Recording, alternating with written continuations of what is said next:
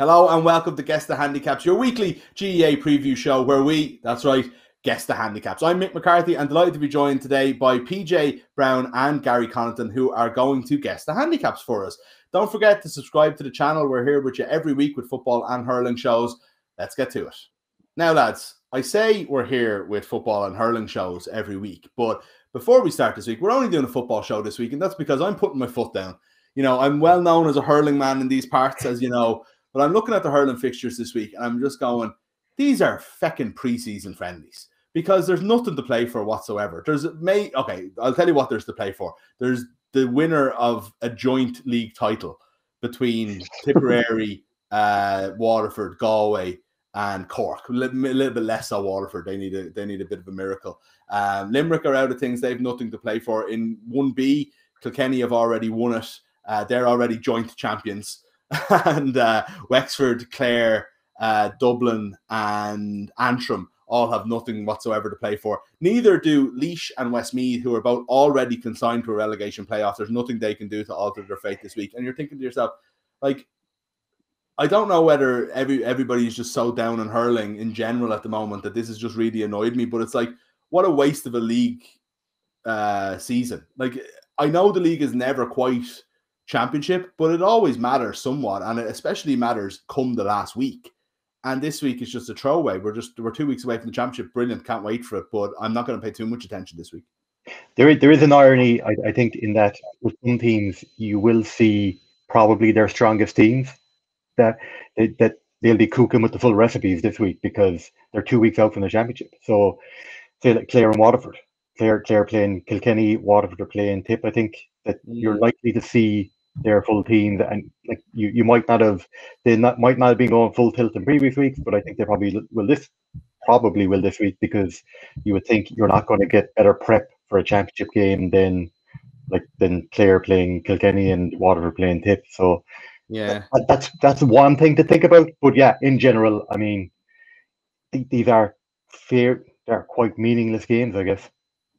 Yeah, it's something you could probably kind of see coming because of the format as well. Because like obviously we're going to be talking about football, but there's so much to play for there because there's relegation, promotion, like semi-finals. I know in Division 1 and stuff are a bit of a farcical, but like in general, it's just this was always going to happen. So we kind of, and it just kind of caps off what's been a very disappointing campaign overall in terms of entertainment value, I'd say. Yeah, I agree with that. And let's hope the championship picks up. The one thing to counter your PJ, I hope you're right and I'm wrong, but my worry would be the famous don't show your cards mentality in GA in general, and especially in hurling, is you would wonder if like the fact that Clare have somewhat rescued their campaign after the defeat to Antrim and even Wexford and you know had that kind of good win against Dublin at the weekend, and now they're playing Kilkenny, there's nothing to play for. I just wonder, will they kind of be going whole hog, or will they be saying this is all about Waterford now, you know? So it could make for entertainment. And look, I mean, if, you know, Tip, Cork, Galway are all taking things seriously to go and try and win 1A, I suppose, of what would they be 1A champions, then it could make for an interesting weekend because all those teams are playing each other. They'll be the two big matches this week, Cork versus Galway and Waterford versus Tip.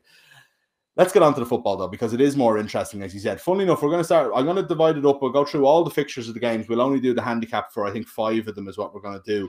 But we're basically, there's a promotion half of every division, and there's a relegation half.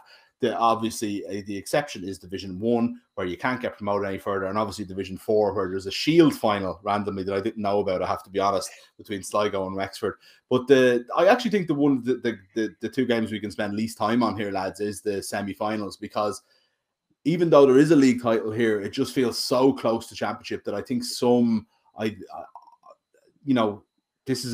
start with Kerry and Tyrone. It's in Killarney. It's a long old trip for Tyrone. And, you know, they're only a couple of weeks away from playing championship football. But we're going to guess the handicap on this. Kerry, have you been happy with Kerry so far this year, PJ? Is it what you would have liked to see after the disaster of 2020? Yeah, you know, does it surprise anyone to really learn that attacking football suits Kerry? You know, it's like saying, you know, portrait painting suits Van Gogh or something like that. You know, it's like it is what they do. Like Kerry are playing Clare in 2 weeks. Like it's hard to know what these teams are going, what kind of teams they're going to put out here. Kerry are playing in 2 weeks, so you would think they would go with a strong team, whereas Tyrone are playing in 4 weeks against Cavan.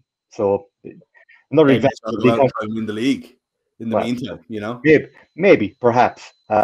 It's quite. It's not easy to know how serious these teams are going to take it. Kerry at home, Tyrone having to travel all the way down to Kerry for some reason. It makes no sense whatsoever. Why not play that in the middle of the country somewhere? Kerry -2 is my guess in this. Okay, the champion goes first. Sorry, I forgot that PJ. I forgot to tell people this. Gary had been undefeated up until last week. I threw myself in as both the referee and the contestant in a triple threat match last week and was absolutely hammered. But Gary had his title taken off him. Can you win it back, Gary? I will tell you that you have a chance to steal here. Okay, yeah, I'm under big pressure this week. I've never come in this position before, so I don't know how to go. But yeah, PJ's right about this game. It just feels so pointless bringing Tyrone all the way down to Kerry for what is probably going to be a meaningless semi-final. But yeah, PJ went -2. I'd say probably -3. I think -1's probably a bit close. I think with Kerry at home and doubts over how strong teams will be, I'd say -3 is more likely.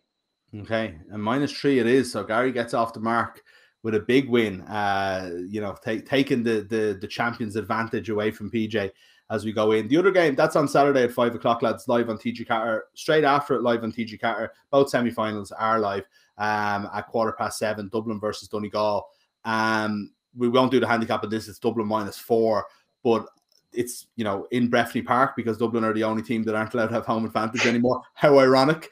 But I'm looking forward to this in a way because, Donegal are kind of consistently that team that you fancy against Dublin, but never quite get the job done, 2014 is still too fresh in the memory. It's a long time ago now, guys. Yeah.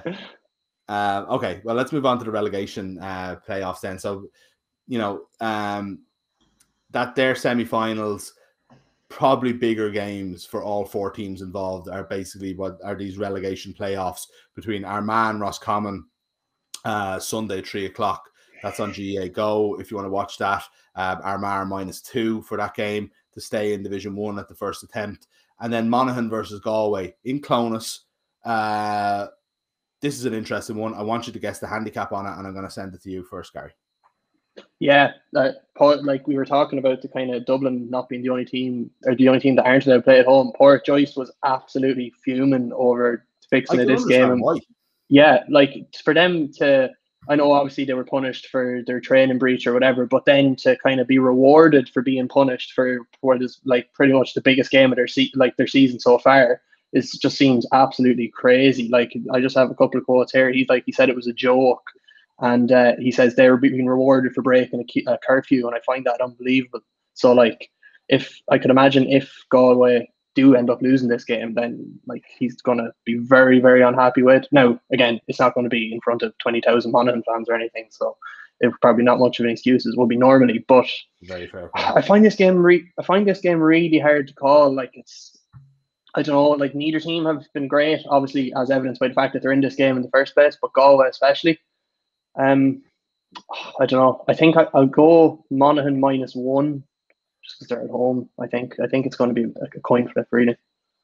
That is exactly what I was thinking was Monaghan -1 as well. Monaghan haven't won a game since before the pandemic. They are badly in need of a win. They lost. I think they beat Armagh or not Armagh, Mayo just before the pandemic kicked in, and they lost 4 games. I think they ended up drawing with Meath last game of the league last year, and then they obviously lost to Cavan in the first round. So they're Monaghan are badly in need of a win here. There are signs of change. They brought in, they've got Tony Buckley in there now, who is the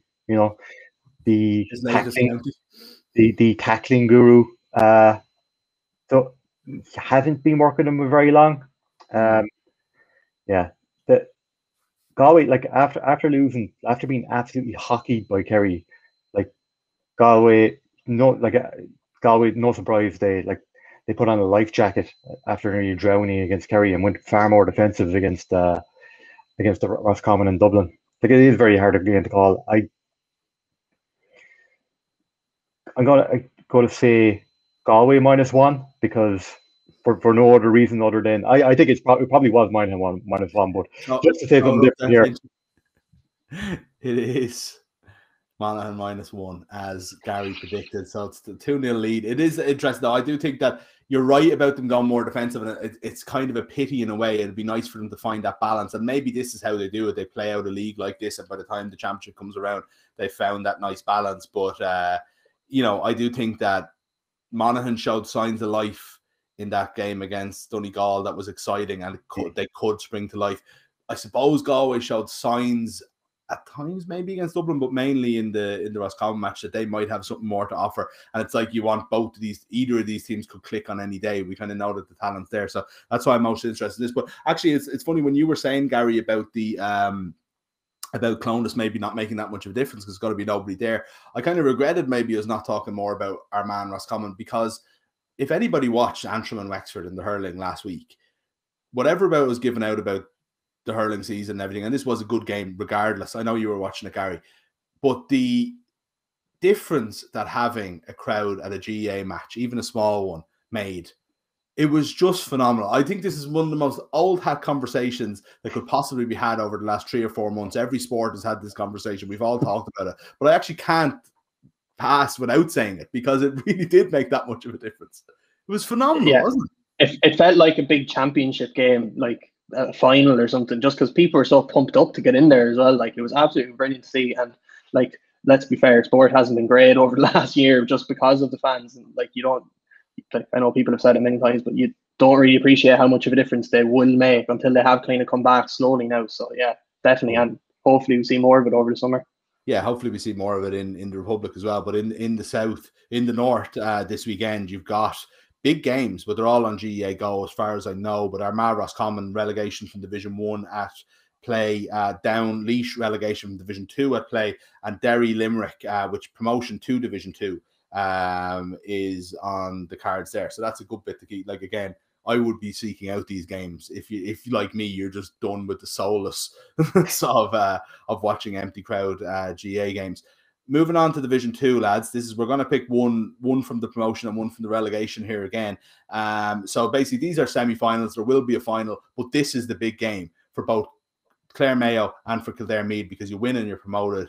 It's a straight, knockout almost. Let's start with Clare versus Mayo. They won the draw for this to be in Ennis, but Mayo obviously will be the fancy team. They met in the championship a couple of years ago. I don't know if everybody remembers, but Clare gave Mayo the good Mayo team a very good game.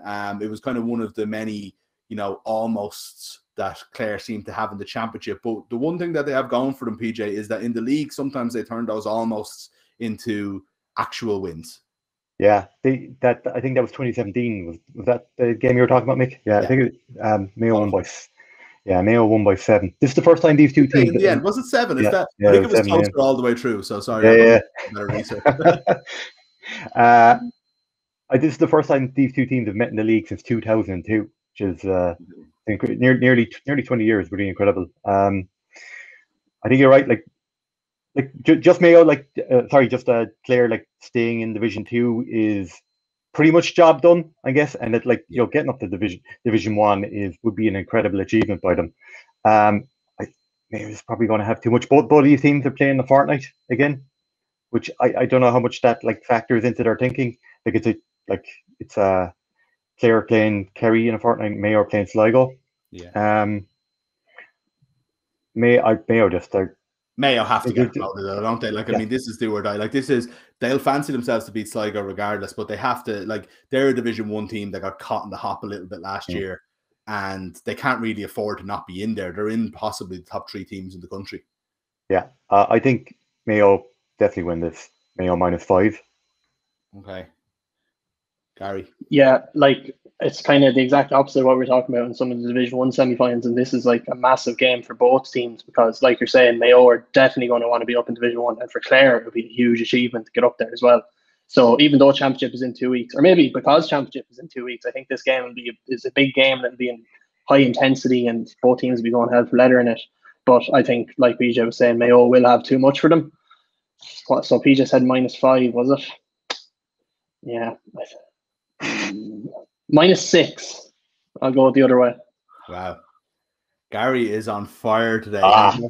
An unassailable lead, 3 out of 3. It is Mayo -6. That is a great pick. I mean, PJ brought you almost there, in fairness, but I wouldn't have had it that big at all. And maybe that's just my Clare bias, lads. But I don't know. Like, for me, there's a cruelty almost to this Clare situation. You know, everybody's praising them. We're talking about how great it all is that they're in Division 2 again, and they were fighting for promotion instead of relegation, and we're writing pieces about how they're being disrespected by the national media and so on and so forth. And then, you know, you've got 2 weeks left in your year, basically, or 3 weeks, I suppose, in two games in which you have to play the top 2 of the top 3 teams in the country, and you have to win them both, or else your summer is over before it starts, and you're kind of left where you were. And for all the talk of Colin Collins and all, it's very hard to grab that brass ring sometimes, you know, when these kind of things happen. You know, what are the chances of a team as good as Mayo being in Division 2 in this year where they have their chance? You know, it's a pity, I would say. But look, I don't think like the fact that they got the home advantage, I don't think they'll be thinking of it as the fait accompli that maybe we are. So we'll see what happens on Sunday, 1:45 live on TG Car. Do you have something to say there, Gary? Sorry. No, I was just going to say, because there's no qualifiers this year as well. Like a team like Clare, you're like, even if they lose the first round of championships, like, oh, they could have a good chance of putting a run together, but it's just so unlucky. It's just the way it is now. Yeah, that's the way it is. Yeah, that's Munster's easy unless you're not Kerry, in which case you might draw Kerry in the first round. That's one of those things, you know. The other promotion game, and just as big a game for both teams, but maybe not with as interesting a handicap, is the Battle of Leinster, Kildare versus Meath. It's live on GAA Go. Does anyone have one-word predictions for the handicap for this one? That's not in the official format. Given how little Jack O'Connor thinks. Sorry, this isn't one word, obviously. You know, little Jack. You've broken the rules, but I'm okay with it. You do wonder, like, how much of an advantage playing in Newbridge is for Kildare, given how much Jack O'Connor seems to despise it. So I don't know. Do Meath think of? Is it upper hand Meath here? Do you know given that they're I don't know, given O'Connor would prefer to be playing in a much larger pitch, and Newbridge, it just seems it's too tight for him. So yeah, it's a very hard game to call. Meath -1. Yeah, I probably would have said Meath -1 as well if I had to guess. And you're about right. Do you know what? I'm going to give PJ a bonus point for that, just to keep this alive. There's three left here. It's 3-1. That was a bonus unscheduled handicap in there. He nailed it, in fairness. Okay. Very GAA thing to do. It's like bringing in emergency legislation here in the middle of a competition, yeah. And we don't need votes when you've got a dictator in charge either, you know. I would actually be encouraged though if I was Kildare about like the needing a bigger pitch, because they play in Leinster. There's going to be a huge amount of their games played in Crow Park, or even in bigger pitches like O'Moore Park or Tullamore and stuff like that. They're the one county that don't really need to have a game plan for their home ground. You know what I mean? They're like, the championship games aren't going to be there anyway. So let's move on to the relegation games. Cork don't want to be going back down to Division 3. All they have to do is beat Gary's poor old Westmeath. They're fighting relegation in the hurling. They're fighting relegation in the football. Gary, can you see them? Can you see them causing an upset in Páirc Uí Chaoimh? Another team playing a home game because their punishment came so early that the important game is back at home. Yeah, look, we're putting out fires all over the place in Westmeath at the minute, but I'd like Cork have to count themselves unlucky to be even in this game in the first place. Like, to win 2 of your 3 games and then end up a game away from being relegated if you lose to a team who've lost all of their games. But I suppose that's just the kind of the way the format is this year. Like, to be fair to Westmeath, like they were in, probably you would have said before the season started anyway, the tougher of the two Division 2 groups. Like, and they could have easily got a couple of wins there in those games against who's it, Meath and the other team, I can't who escaped me, or Down. Yeah, so like they're well in with a shout there. So, but I think Cork will be favourites, of course, being in Cork, and the fact that they've won games. How good? I'm trying, like, I suppose it's kind of the bookies might see it kind of comparable to Clare and Mayo, although Cork aren't as strong as Mayo. So I'm going to say maybe -5 for Cork will be the bookies. Feels like a lot to me. -5. Yeah. I always find there's public money behind some of those, like the likes of Cork, Dublin, Mayo, Kerry. They always maybe get an extra point. But yeah, I don't know. Maybe the way people think about this Cork team is probably changed. I think a bit, like a good bit. They're not rated as highly as they would have been in the past. I thought Meath were good against Mayo. They were like only lost by 3, I think. They were I thought they performed really well against what it was like the best team in the division. Like Cork in that game against Clare, it was very strange. They needed to win by, I think it was a 3, and at times they were like, where's the urgency? Do you not know what the required result here is to stop you from going down? Or not going down, but to be in this relegation game versus being in like this promotion game. Straight, like, because although like this positions in this league don't directly decide who will play in the Tailteann Cup next year if it goes ahead, and you presume it will go ahead next year.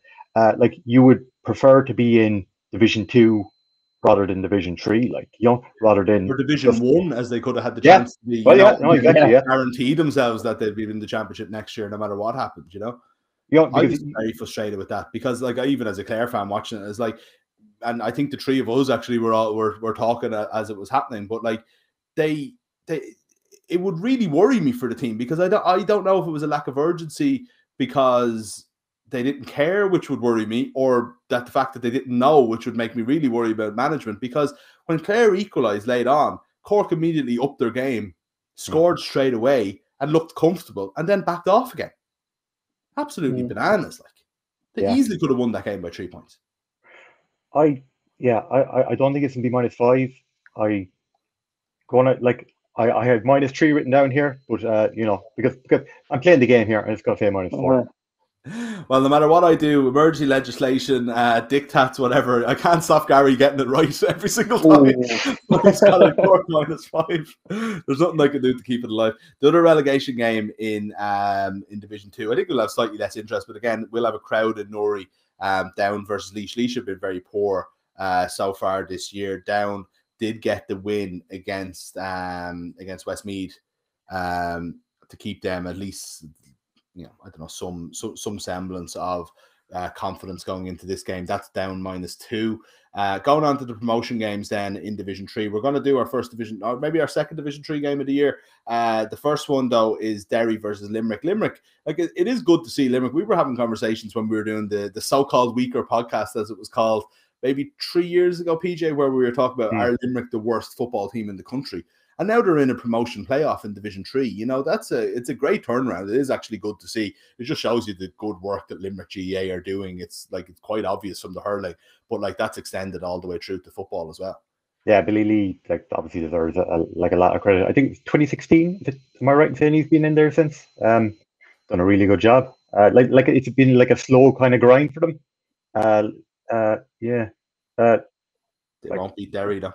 No, the great entertainers of the entire league, really. Like, scores have been unbelievable.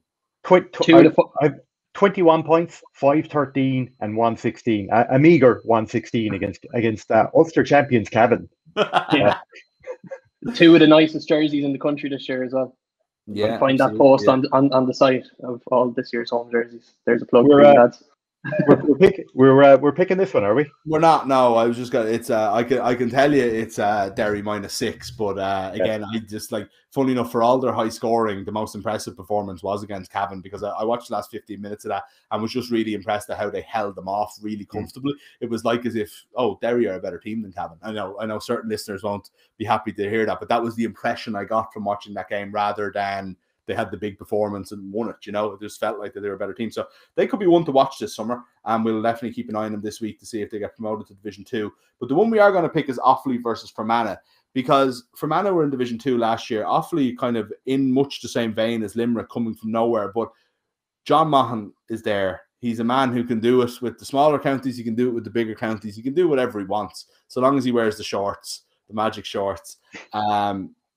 I'm absolutely just intrigued by this. It just feels like a match that shouldn't be as interesting as it is, but I think will be. John Monaghan versus Ryan McMenamin. Who's up first here? PJ. I think I am. Yeah. A team that John Monaghan managed 20 years ago. He's up, like, essentially every game is like the John Monaghan derby. Given how many teams he's managed down the years, he done a really good job. Like, unbelievable. I do remember. I think probably sounded like he wasn't too sure in the beginning about what he'd taken on, but he's like they've. He was saying the other week that they've really developed a lot of strength and depth there now. He's not back to me coming off the bench scoring 3 points. He's like they got in their 3 games so far in the league, they've got 10 points off the bench. They got 3 wins from 3. I think they'll be favourites in this game. This is Offaly trying to get back to Division 2 into the top 16 teams for the first time since 2006, which is that's unbelievable. Yeah, that's a long time outside of the top, the top 16 for like a county that would consider themselves like a football county. It's like a long time. I think Offaly I think are favourites here. It's quite a hard game to call. Like Fermanagh have done okay. They've got 1 win, 1 draw, 1 defeat. They beat Cavan, which was a big win, and they were well beaten by Derry. So that's sort of they drew. Did they draw Longford? I think. Yeah, drew with yes, they do. 115 to 18 points. Yeah, I think while I find myself a little bit time here to consider it, that Offaly at home won the coin toss. I'm going to say Offaly -1. Yeah, like Offaly, they've been insane with the hurling as well. Like they've had a savage year there too. Like to be fair, I know being from Westmeath, you'd hear stuff going on in Offaly, and like PJ was saying there, they've got players back in both hurling and football, because it seems that a lot of times a lot of the best players in the county just weren't Irish playing because the thing wasn't being run well. But now like Michael Duggan has gone in there as chairman. They've raised a lot of money as well. Like there's been great work done in the county, so like fair play to them for kind of pulling through. And look, this game, they Offaly deserve to go up after winning the 3 games, so you probably hope to see them get it done. And look, it is shorts weather too, so come on, we'll have those shorts on. I'd say Offaly. I'd make them slightly stronger favourites. I'd say -2 for Offaly. Gary, unbeatable. -2 for Offaly. This is I'm not even counting the score anymore. The game's over. Gary's back as champion again. Don't beat him next week, PJ, because this is how you'll get punished the week after. We come back to this. Gary checking the odds before we come on air, making sure he gets the ball exact. You can't beat him if he knows the answers. But what a testament it is to Offaly and how much work Monaghan has done and how much this team has got. Even if they don't win this, the fact that they're favourites going into it, it's almost like I was comparing them to Limerick there a minute ago. Limerick are 6-point underdogs in this game, But you mentioned Michael Duggan, new centre of excellence, the money that's been raised, and the hurling promoted with a week to go, winning games that they weren't able to win when we had just expected them to bounce back 3-4 years ago, dropping all the way down to the Christie Ring, and now they're back in Division 1. Where you would say they belong, especially when there's 12 teams in there. And it's just like the power of organization. I know that there's a certain county in the west of Ireland that is looking at Offaly a lot at the moment, and the kind of work that can be done. But I won't go into that any further for this particular show. You don't want to be airing that kind of thing, grievances on the air. Relegation playoffs, lads, we won't spend too long on them. Just stop me if there's anything you want to say. It's Ulster champions Cavan will play Wicklow. They're -7 in that one, and Longford are playing Munster champions Tip. Is there a chance that one of the provincial champions could slip to Division 4 and be ruled out of the 2021 championship or 2023 2022 championships even, because they won't be able to get promoted twice, obviously, in that time? Yeah, I mean they still could be in the championship if they were to reach the provincial final. True, of course, yeah. Is kind of one caveat to that, but you would presume with kind of cap that's never a given you're going to make an Ulster final. Like I would expect Cavan to beat Wicklow. I think they will. There is my Cavan insider tells me that Garrod McKiernan has a wedding this weekend. So will he be available or not for this crucial game? I don't know. Great to have weddings back all the same, isn't it? Yeah. I would expect Cavan to win that. The other one, I wouldn't be sure about Tip and Longford. I really would not definite chance that Tip go down to Division 4. It's very strange. I mean, is it like I don't know? Is it a hangover from winning provincial championships last year? Maybe, yeah, because you would have expected both teams to do well. Better as well, Longford aren't a bad side. You know what I mean? There's a decent middle tier of football teams at the moment. And you could get caught. 1 or 2 bad performances, it could happen. So Tipper -2 for that. But I agree with you, PJ. I think that's one to watch. And God, it wouldn't be a great position for Tip to be in if they do. And it's not as if Tip are massive strangers to Division 4. They were only in it a couple of years ago themselves, you know, so could happen. Division 4, then there's a Shield final between Sligo and Wexford, obviously, as we mentioned, but there is also 2 massive promotion games. Waterford versus Antrim. Again, talking about Offaly, talking about Limerick. Antrim are getting their house in order as well. And it's funny how when you're in a dual county, you can see it in both teams a lot of the time when you just do get that house in order. Antrim -6 to beat Waterford and to get promoted. They're the last Ulster team, obviously, in Division 4. They want to join the big guys. But Carlo Louth, I think a lot more people will be interested in. Louth. Can Louth do just this mad run where they get promoted, they beat someone interesting in the championship, they run Dublin to 2 points or something like that, and Mickey Hart is just going, remember me? Remember me? Have you noticed that the Louth jersey this year, you did the rankings, have you noticed that it looks very like a Tyrone away jersey? It does, yeah. It does, to be fair. But I think that's just the nature of a Louth jersey in general, though, isn't it? No, it's very specific. I don't know what it is specifically about it, but it's something that looks very like a Tyrone jersey. There's less white on it than normal, I think. It's more... That's it. Yeah. Yeah. That in-depth conversation. Anyway, that's one to watch out for. Mickey Hart could be getting promoted. Or sure, look, Carlo are our old friends here on the site, and we'd love to see them go up as well. So interesting things all the way down to Division 4 this weekend, the last proper round of the league, the last one with real games that really matter. Gary, you're back on top of the world. Happy to be there. What a performance. Got every one of them spot on as well. That I won. It was actually insane. PJ, there's no shame in losing to the best, as they say. No, I feel like always turning up to meet David Clifford in the first round of the Championship League. I feel like I was pretty close to the pin every time, but Gary just Gary used me as a marker essentially. Yeah, like a good dart. Just use it as a marker for the double top. Okay, well, look, we'll be back next week. There is we'll have games to talk about, and do subscribe to the channel. We'll be with you here every week, all the way through the GAA season, and lots of other stuff on the Balls.ie channel as well. So do give it a follow, and we'll talk to you soon.